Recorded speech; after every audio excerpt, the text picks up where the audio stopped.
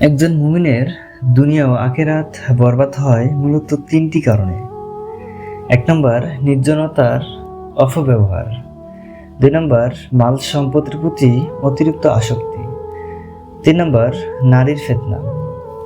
এই নারীর ফিতনা খুবই ভয়ানক। আল্লাহ আমাদেরকে এই নারী ফিতনা থেকে হেফাজত করুক।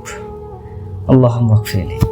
তাই আমাদের উচিত এই তিনটি ফিতনা থেকে সতর্ক থাকা, প্রতিটি মুহূর্তে আল্লাহকে ভয় করা এবং গোপন ও প্রকাশ্য উভয় অবস্থায় তাকওয়া অবলম্বন করা এবং সৎ-আমল করা।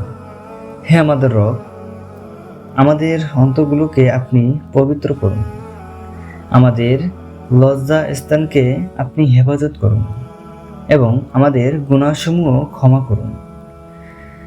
আল্লাহ কোরআনে বলেছেন, সূরা আন-নাসর সূরা নম্বর 110 আয়াত নম্বর 3, আল্লাহর কাছে ক্ষমা চাও, ইন্নাহু কানা তাওয়াবা, নিশ্চয়ই তিনি তওবা কবুলকারী।